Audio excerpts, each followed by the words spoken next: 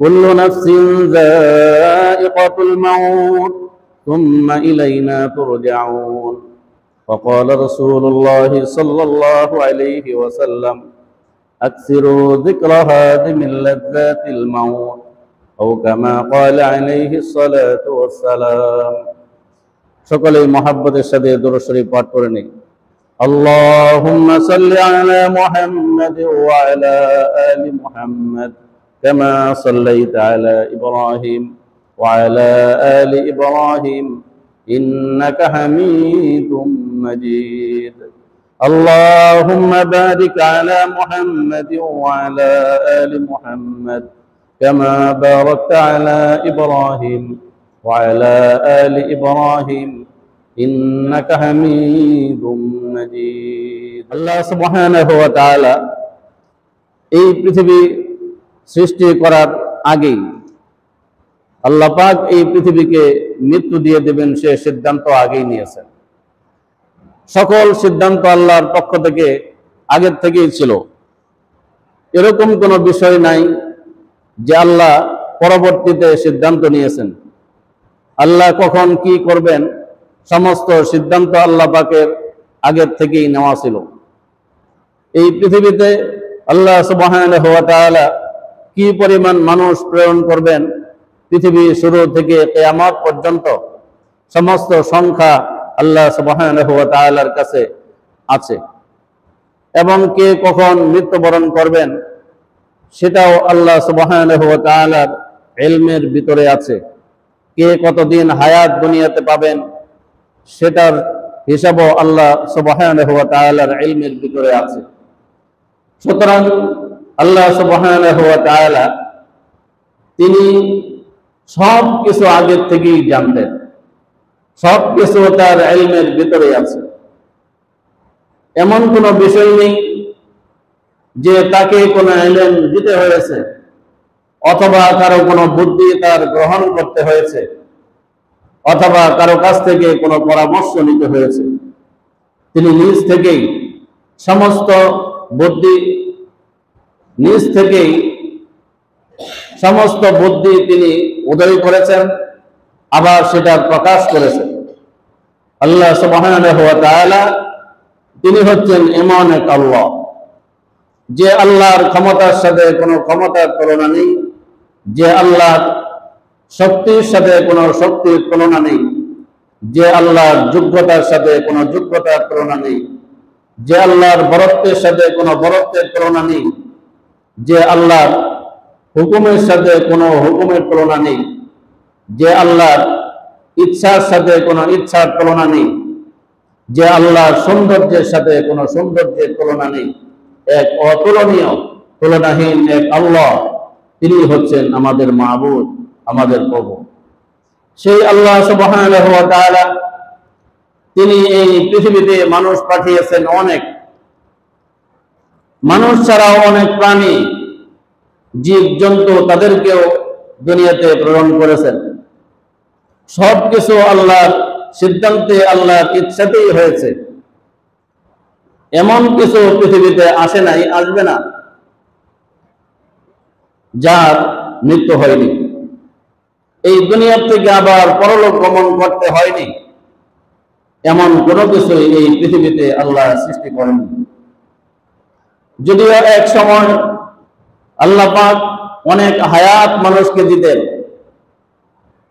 সারা পৃথিবীর এক বাদশা ছিল আল্লাহ অত্যন্ত একজন প্রিয় যার নাম হচ্ছে বাদশা যুলকারনাইন এই বাদশা যুলকারনাইন ইতিহাসের মধ্যে পাওয়া যায় তিনি 1600 বছর হায়াত পেয়েছিলেন কত বছর 1600 বছর 1600 বছর হায়াত পাওয়ার পরেও তিনি কিন্তু এই দুনিয়া থেকে বিদায় গ্রহণ করেছেন অর্থাৎ দুনিয়াটা চিরস্থায়ী থাকার জায়গা নয় যদি আমরা অনেক সময় মনে করে থাকি আমি এতদিন বাঁচব কিন্তু আমার টার্গেট ফেল হতে পারে আমি কতদিন বাঁচব এটা আমাকে জানার ক্ষমতা আল্লাহ দেয়নি আমার কখন কোন জায়গায় কি অবস্থায় কিভাবে মৃত্যু হবে সেটা বোঝার ক্ষমতাও আল্লাহ আমাকে দেয়নি সুতরাং কিছু কিছু ইলম আল্লাহ তার নিজ হাতে রেখে দিয়েছেন,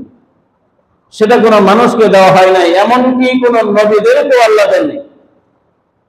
নবী আম্বিয়া আলাইহিমুস সালাম আল্লাহর পক্ষ থেকে প্রেরিত ছিলেন তারা, কিন্তু তাদেরকেও কিছু ইলম আল্লাহ পাক দেয়নি, ওইটা আল্লাহর হাতেই রেখে দিয়েছেন।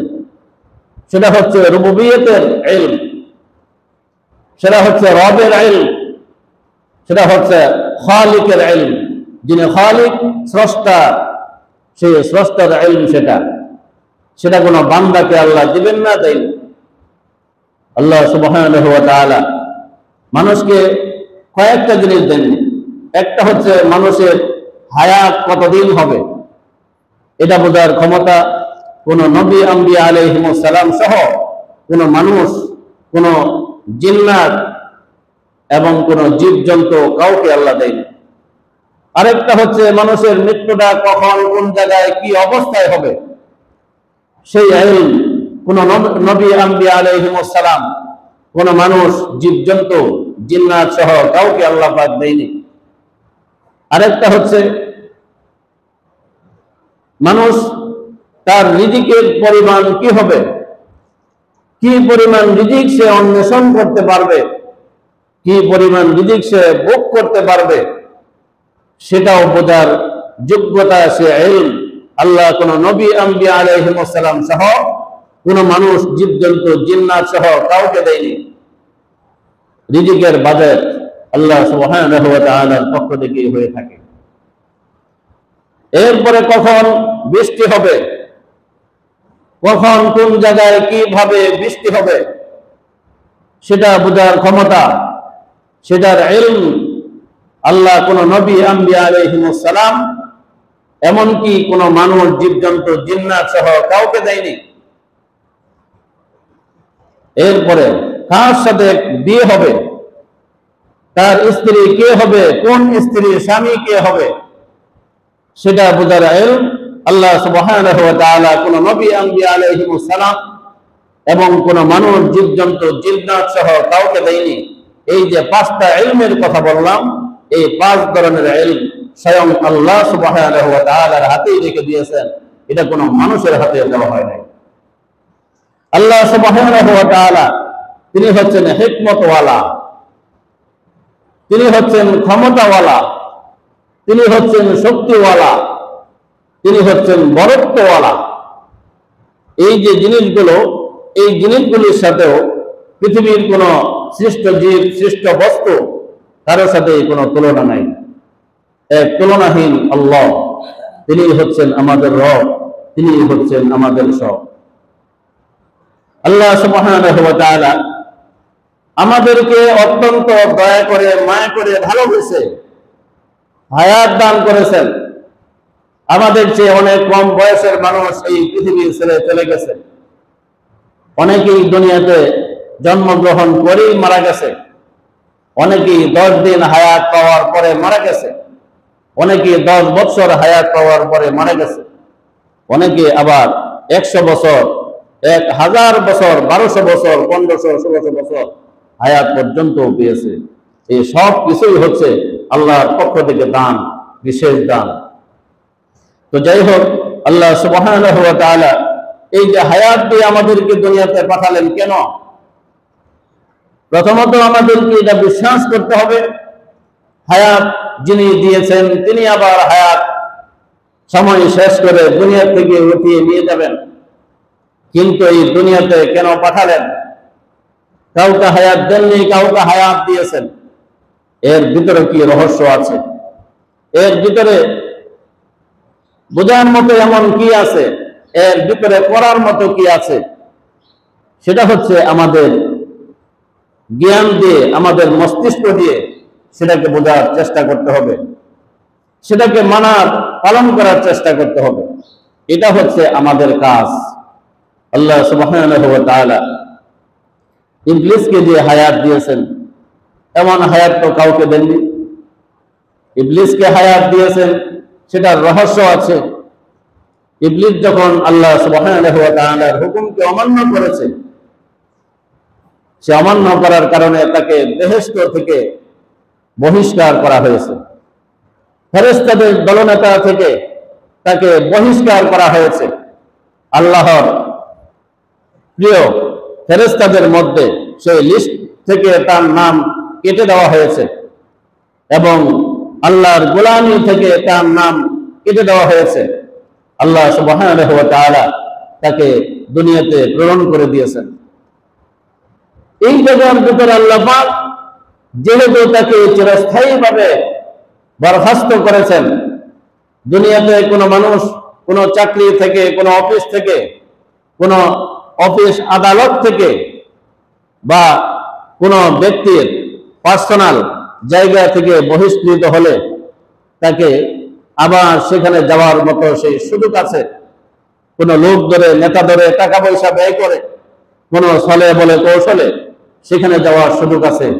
কিন্তু আল্লাহ সুবহানাহু ওয়া তাআলা শয়তানকে এমন ভাবে বহিষ্কার করেছিলেন যে কিয়ামত পর্যন্ত তাকে আর আল্লাহর কাছে যাওয়ার মতো কোনো ক্ষমতা, কোনো যোগ্যতা, কোনো কৌশল, কোনো কিছুই তার সামনে ছিল না। এই কারণে শয়তানের কিছু কথা, দু একটা কথা আল্লাহ মেনে নিয়েছেন। সেটা কি? শয়তান আল্লাহর কাছে চেয়েছিল যে হে আল্লাহ, আমাকে কিয়ামত পর্যন্ত হায়াত দান করবা, যেহেতু আমাকে বহিষ্কার করা হয়েছে, সুতরাং এই আবদারটা আমার রক্ষা করো। আল্লাহ সুবহানাহু ওয়া তাআলা শয়তানের এই আবেদন কবুল করেছেন। ঠিক আছে, কিয়ামত পর্যন্ত হায়াত দিয়ে দাও। এরপরে শয়তান বলেছিল, আমাকে এমন ক্ষমতা দিবা, মানুষের সেরায় অপসেরায়, মানুষের মনের ভিতরে, কল্পের ভিতরে, অর্থাৎ মানুষের দেহের ভিতরে আমি যেন ঘুরে বেড়াতে পারি এবং মানুষকে ধোঁকা দিয়ে বোকা বানাতে পারি, এরকম একটা যোগ্যতা, এমন একটা ক্ষমতা আমাকে দিয়ে দিই। আল্লাহ বলেন ঠিক আছে, যাও, দিয়ে দিলাম। এটাও শয়তান এটা আল্লাহর কাছ থেকে ক্ষমতা চেয়ে নিয়েছে এই কারণে যাতে মানুষকে ধোঁকা দিয়ে বোকা বানায়া জাহান্নামে তাকে পাঠাতে পারে। এটা হচ্ছে শয়তানের বিশেষ কৌশল। কিন্তু এর পরক্ষণে আল্লাহ জবাব দিয়ে দিয়েছেন যে শুনে রাখো, আমার বান্দাকে তুমি ধোঁকা দিয়ে বোকা বানানোর চেষ্টা করবা, যদি কোনো বান্দা তোমার ধোঁকায় পড়েও যায় আর এরপরে আমি আল্লাহর কাছে সে যদি তওবা করে ক্ষমা চায়, আমি আল্লাহ হচ্ছি এমন এক আল্লাহ যে আল্লাহর কাছে ক্ষমা চাইলে আল্লাহ ক্ষমা করে দেয়, আমি সেই বান্দাকে মাফ করে দেব। বলুন সুবহানাল্লাহ। তাহলে এই সুযোগ আল্লাহ পাক আমাদের সামনে দিয়ে রেখেছেন। শয়তানের ধোঁকা থেকে বাঁচার রাস্তা আমাদের সামনে পরিষ্কার আছে। শয়তানের ওয়াসওয়াসা থেকে, কুমন্ত্রণা থেকে বাঁচার পরিষ্কার রাস্তা আমাদের সামনে আছে। কিন্তু আমরা যদি সেই রাস্তা জানার পরেও সেই রাস্তায় না চলি তাহলে আমরা ক্ষতিগ্রস্ত হব। আর যদি সেই রাস্তা আছে কি নাই সেটা জানার জন্য চেষ্টা না করি তবু আমরা ক্ষতিগ্রস্ত হব। কারণ হচ্ছে এই দুনিয়াটা চিরস্থায়ী ভাবে থাকার জায়গা নয়, এই দুনিয়া হচ্ছে অস্থায়ী। यहाँ हम सब मुसाफिर हैं वही आखिर ठिकाना, कोई आगे रवाना है कोई पीछे रवाना। यहाँ हम सब मुसाफिर हैं वही आखिर ठिकाना, कोई आगे रवाना है कोई पीछे रवाना। এই দুনিয়াটা চিরস্থায়ী থাকার জায়গা নয়। আমার আগে অনেক মানুষ দুনিয়াতে এসেছিলেন, কেউ দুনিয়াতে থাকতে পারে নাই, সবাই দুনিয়া থেকে একের পর এক চলে গিয়েছেন। আমার আগে পরদাদা এসেছিল, পরদাদার পরে তার সন্তান এসেছিল, তারপরে আমার দাদা এসেছিল, দাদার পরে বাবা এসেছিল। এইভাবে করে অনেক মানুষ এই দুনিয়াতে এসেছিল, কেউ দুনিয়াতে থাকতে পারে নাই। মানুষ কেউ আগে যায় কেউ পরে যায়, এটাই হচ্ছে আল্লাহর এক বিশেষ রহস্য, আল্লাহর এক নিজাম, আল্লাহর এক বিধান। দুনিয়াতে পাঠালেন, আবার দুনিয়া থেকে ডেকে নিয়ে যাবেন। একজন আগে যাবে, একজন পরে যাবে। এই তো হলো আল্লাহর কুদরতি কৌশল। দুনিয়ার থেকে চলে যেতেই হবে, কোনো সুযোগ নাই। কারণ যদি ইমানদার হও, অবশ্যই তোমার মৃত্যু আছে। যদি তুমি বেঈমান হও, তবু তোমার মৃত্যু আছে। কিন্তু তুমি যদি শয়তান হও, তাহলে তোমার কিয়ামত পর্যন্ত কোনো মৃত্যু নাই। শয়তানের একমাত্র কিয়ামত পর্যন্ত মৃত্যু নাই। যদি শয়তান না হও, অবশ্যই তোমাকে মরতে হবে, অবশ্যই তোমাকে মৃত্যুর স্বাদ গ্রহণ করতে হবে। আল্লাহ সুবহানাহু ওয়া তাআলা বলে দিয়েছেন, কুল্লু নাফসিন যায়িকাতুল মাউত, প্রত্যেক প্রাণীকে মৃত্যুর স্বাদ গ্রহণ করিতে হবে। সুম্মা ইলাইনা তুরজাউন, অতঃপর আমার কাছে ফিরে আসতে হবে, অর্থাৎ আল্লাহর কাছে ফিরে যেতে হবে। আল্লাহ সুবহানাহু ওয়া তাআলা বলেন, কুল্লাহু ইউহয়িকুম সুম্মা ইউমীতুকুম সুম্মা ইয়াজমাউকুম ইলা ইয়াউমিল কিয়ামাতি লা রাইবা ফীহি। কুল্লাহু ইউহয়িকুম, আমি তোমাদেরকে জিন্দা করেছি। সুম্মা ইউমীতুকুম, আমি তোমাদেরকে মৃত্যু দেব। সুম্মা ইউহয়িকুম, আবার আমি তোমাদেরকে জিন্দা করব। সুম্মা ইয়াজমাউকুম, আবার আমি তোমাদের সবাইকে এক জায়গায় করব, একত্রিত করব। কিন্তু তোমাদেরকে একত্রিত করব, এক জায়গায় করব কোন দিন? ইলা ইয়াউমিল কিয়ামাতি লা রাইবা ফীহি, সেই কিয়ামতের ময়দানে, হাসরের কঠিন ময়দানে আমি তোমাদের সবাইকে একত্রিত করব, এক জায়গায় করব। লা রাইবা ফীহি, সন্দেহের কোনো অবকাশ নাই, সন্দেহ করার কোনো সুযোগ নাই। আল্লাহ সুবহানাহু ওয়া তাআলা বলে দিয়েছেন। তাহলে কথা পরিষ্কার, আল্লাহ সুবহানাহু ওয়া তাআলা তিনি যে আমাদেরকে দুনিয়াতে পাঠিয়েছেন, আবার এই দুনিয়া থেকে আমাদেরকে চলে যেতে হবে, আমাদেরকে মৃত্যুবরণ করে পরকালে যেতে হবে। কিন্তু এই দুনিয়াতে আল্লাহ সুবহানাহু ওয়া তাআলা আমাদেরকে পাঠালেন, কেন পাঠালেন? আমি যদি কোথাও বেড়াতে যাই, অবশ্যই আমার একটা উদ্দেশ্য থাকে, আমি এই কারণে বেড়াতে যাচ্ছি। আমি যদি সৌদি আরব যাই, আমার একটা উদ্দেশ্য থাকে, আমি এই কারণে সৌদি আরব যাচ্ছি। আমি যদি জাপান, জার্মান, ইউরোপ, আমেরিকা কোথাও যদি আমি যাই, সেখানে একটা উদ্দেশ্য থাকে, আমি এই কারণে সেই দেশে যাচ্ছি। কোনো কারণ ছাড়া কোনো মানুষ কোথাও যায় না, কোনো না কোনো রহস্য থাকে, কোনো না কোনো কারণ সেখানে থাকে, যে কারণে সে ওই জায়গায় বেড়াতে যায়। আল্লাহ সুবহানাহু ওয়া তাআলা আপনাকে আমাকে, এই পৃথিবীর মানুষকে বিনা কারণে সেই আরশ থেকে, আলমে আরওয়াহ থেকে দুনিয়াতে পাঠান নাই। আমি দুনিয়াতে এসেছি বিনা কারণে আসি নাই। নিশ্চয়ই এর ভিতরে কারণ আছে, যে কারণে আমি দুনিয়াতে এসেছি, আর যে কারণে আল্লাহ আমাকে এই দুনিয়াতে প্রেরণ করে দিয়েছেন। এখন কোন কারণে দুনিয়াতে আসছি, কারণটা কি ছিল? আল্লাহ সুবহানাহু ওয়া তাআলা বলেন, কারণ শুধুমাত্র, কেবলমাত্র একটা কারণ আমি তোমাদেরকে দুনিয়াতে পাঠিয়েছি। কয় কারণ? এক কারণ। একটা কারণে দুনিয়াতে পাঠিয়ে দিয়েছি। একটা হলো দুনিয়াতে পাঠানোর কারণ, আর আরেকটা হচ্ছে দুনিয়াতে আসার পরে কি কারণ। দুনিয়াতে এসেছিলাম এই কারণে, যেহেতু আমার বাবা তিনি আমাদের বাসায় নয়, আল্লাহ সুবহানাহু ওয়া তাআলার বাসায় তিনি সামান্য অপরাধ করেছিলেন। আমাদের বাসায় বলছি না, আমাদের জ্ঞান বিবেক দ্বারা বলছি না, স্বয়ং আল্লাহর বিবেকে, আল্লাহর ধারণায়, আল্লাহর ইচ্ছা অনুসারে তিনি একটি ছোট্ট অপরাধ করেছিলেন। সেই অপরাধ হচ্ছে, যখন তাদেরকে বেহেশতের ভিতরে প্রবেশ করে দেওয়া হয়েছিল, বলা হয়েছিল বেহেশতের ভিতরে যত রকমের নিয়ামত আছে, সমস্ত নিয়ামত গুলো ভোগ করতে থাকো, কিন্তু ওই যে একটা গাছ দেখা যায়, ওই গাছের দিকে তাকাই পাও না, সেই গাছের ফল খাওয়ার জন্য কোনো চেষ্টাও করবে না, এটা নিষেধ।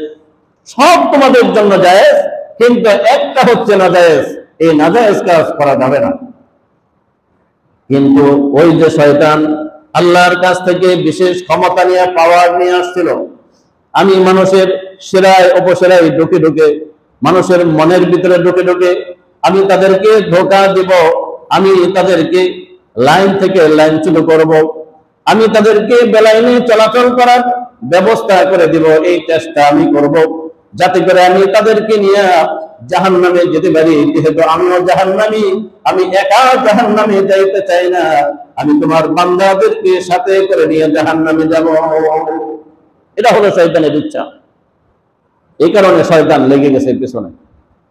শয়তান এসে সুন্দর করে ওয়াজ করলেন, আদম আলাইহিস সালামের সামনে ওয়াজ করে দিলেন, বললেন, হে আদম, আমি তোমার সামনে তোমাকে বোঝাচ্ছি, তোমাকে নসিহত করছি, যদি তুমি আমার নসিহত গ্রহণ করো, আমার ওয়াজ যদি তুমি শোনো, তাহলে তোমার জন্য উপকার হবে। কই কি উপকার? তাহলে তুমি চিরস্থায়ী ভাবে জান্নাতের ভিতরে থাকতে পারবে। এটা শয়তানের ওয়াজ। আদম আলাইহিস সালাম যেহেতু তিনি আল্লাহর একজন পয়গম্বর, তিনি একজন নবী, শয়তানের ওয়াজ তিনি গ্রহণ করলেন না, শয়তানকে তাড়াইয়া দিলেন।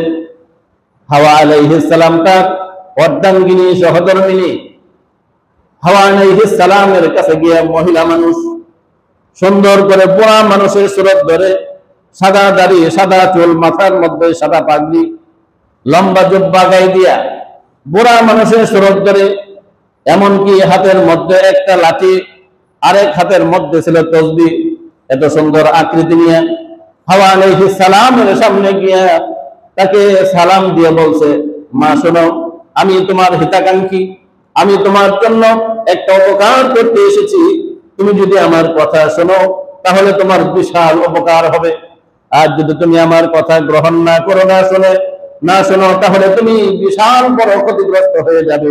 তাহলে বলো দেখি, তুমি কি ক্ষতির মধ্যে থাকবে নাকি তুমি লাভের মধ্যে থাকবে? হাওয়া আলাইহিস সালাম বললেন, লাভটাই তো দরকার।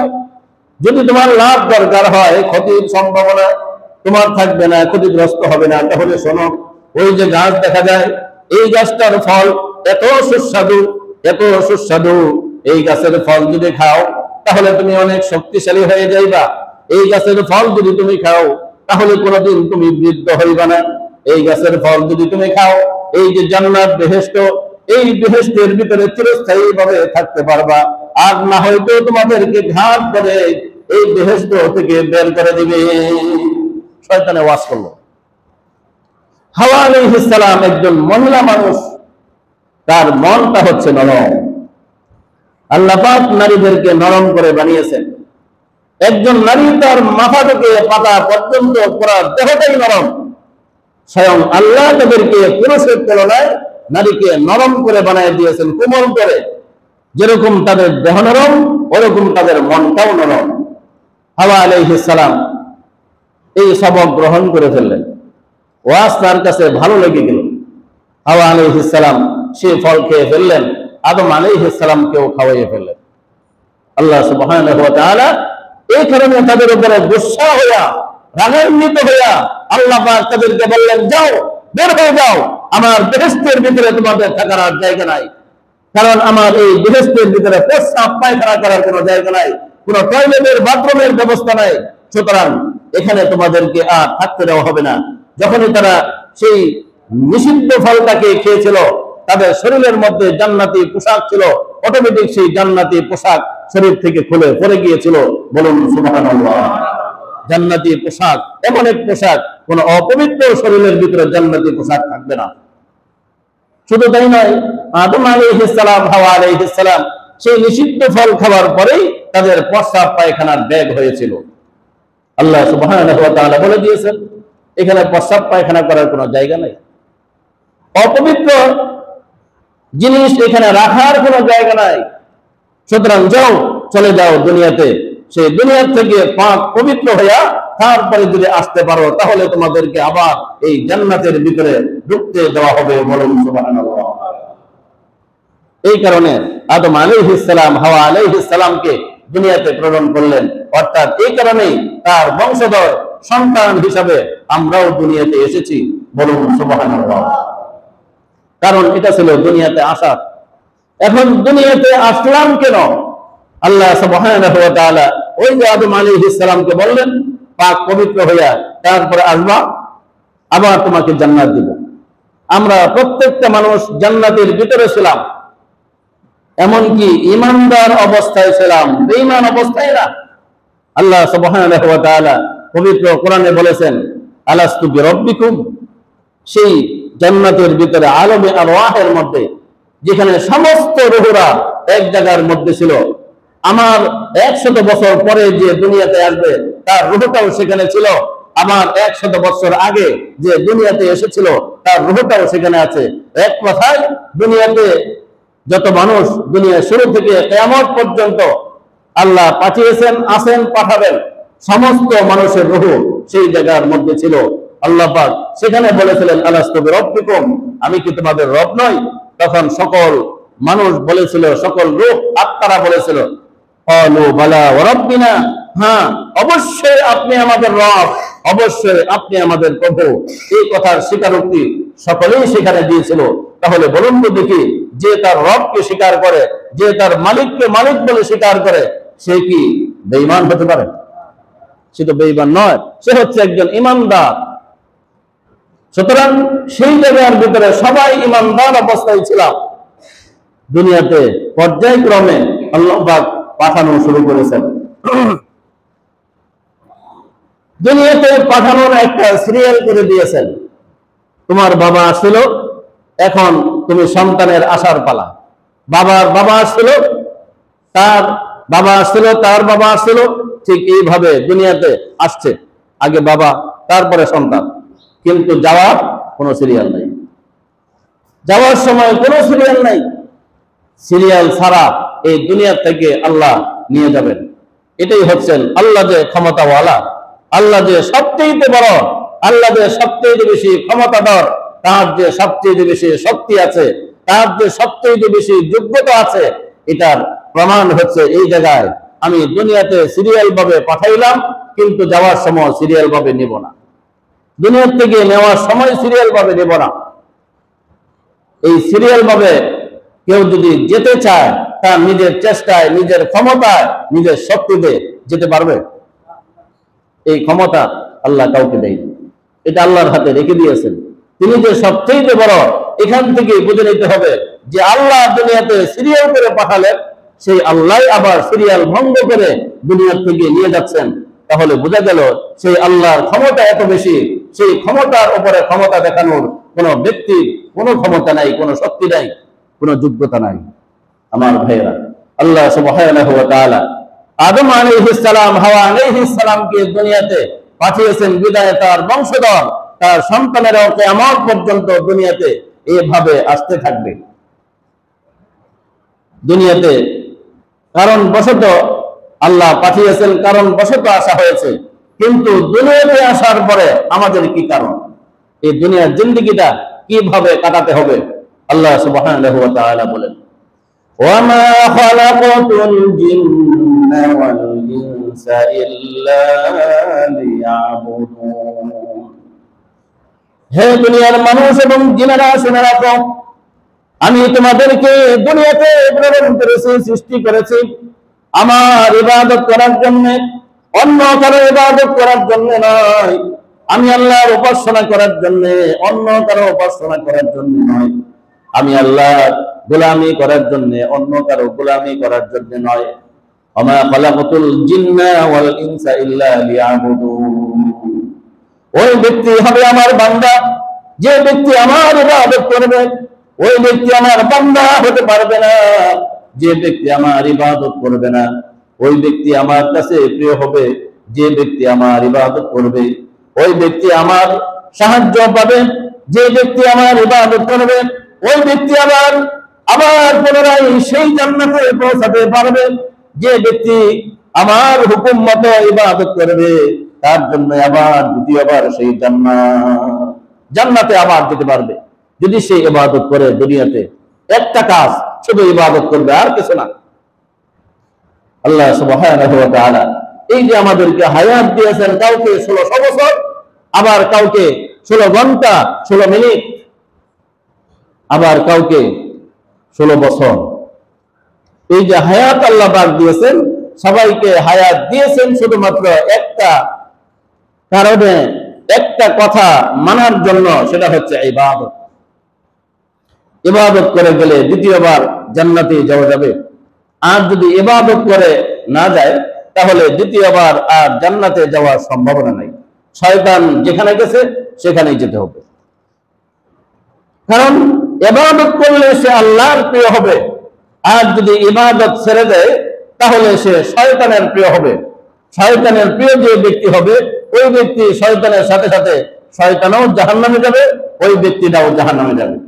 আর যে ব্যক্তি আল্লাহর কাছে প্রিয় হবে, আল্লাহ জান্নাতের ভিতরে জান্নাতীদের সাথে থাকবেন, জান্নাতীদের সাথে দেখা দিবেন, আল্লাহ তাকে জান্নাতে নিয়ে পৌঁছে দিবেন। এটাই হচ্ছে আমাদের মূল বিষয়। দুনিয়াতে আসলাম, ইচ্ছা মতো চললাম, মন মতো দুনিয়া ব্যবহার করলাম, কিন্তু যাওয়ার সময় খালি হাতে চলে গেলাম। এই জন্যই কবিতার ভাষায় বলেছেন, এমন জীবন করিও গঠন, এমন জীবন করিও গঠন, মরিলে হাসিবে তুমি, কাঁদিবে ভুবন। তুমি হাসতে হাসতে চলে যাবে, তুমি হাসতে হাসতে চলে যাবে, কিন্তু মানুষ তোমার জন্য কাঁদবে। যে তোমার কথা শুনবে সেই তোমার জন্য থাকতে থাকবে, কিন্তু তুমি হাসতে হাসতে চলে যাবে। তোমার মুখের ভিতরে হাসি থাকবে, তুমি হাসতে হাসতে চলে যাচ্ছ আল্লাহর জান্নাতে। এমন জীবন করিও না গঠন, মরিলে কাঁদিবে তুমি, হাসিবে ভুবন। এমন জীবন তুমি গঠন করিও না যে তুমি কাঁদতে কাঁদতে দুনিয়া ছেড়ে চলে যাবে, আর তুমি চলে যাওয়ার কারণে দুনিয়া ভাসিয়ে হাসবে। এরকমটা হয় না? এটা মরে গেছে ভালো হয়েছে, এটার অত্যাচার থেকে মানুষ বাঁচছে, এরকম বলে না অনেক সময় মানুষ? কেন বলে? লোকটা ভালো ছিল না, ভালো কাজ করে নাই, মানুষের উপরে জুলুম করেছে, অত্যাচার করেছে, এই কারণে এমন কথা মানুষ বলে থাকে। একদিন আমাদের সবাইকে মরতে হবে, এই দুনিয়াটা চিরস্থায়ী থাকার জায়গা নয়। এজন্য এই দুনিয়া থেকে ইবাদত করে আল্লাহ সন্তুষ্টি অর্জন করে মানুষের মতো মানুষ হয়ে দুনিয়া থেকে যেতে হবে। আল্লাহ সুবহানাহু ওয়া তাআলা আমাদের সবাইকে সে তৌফিক দান করুন। সকলেই বলি আমিন।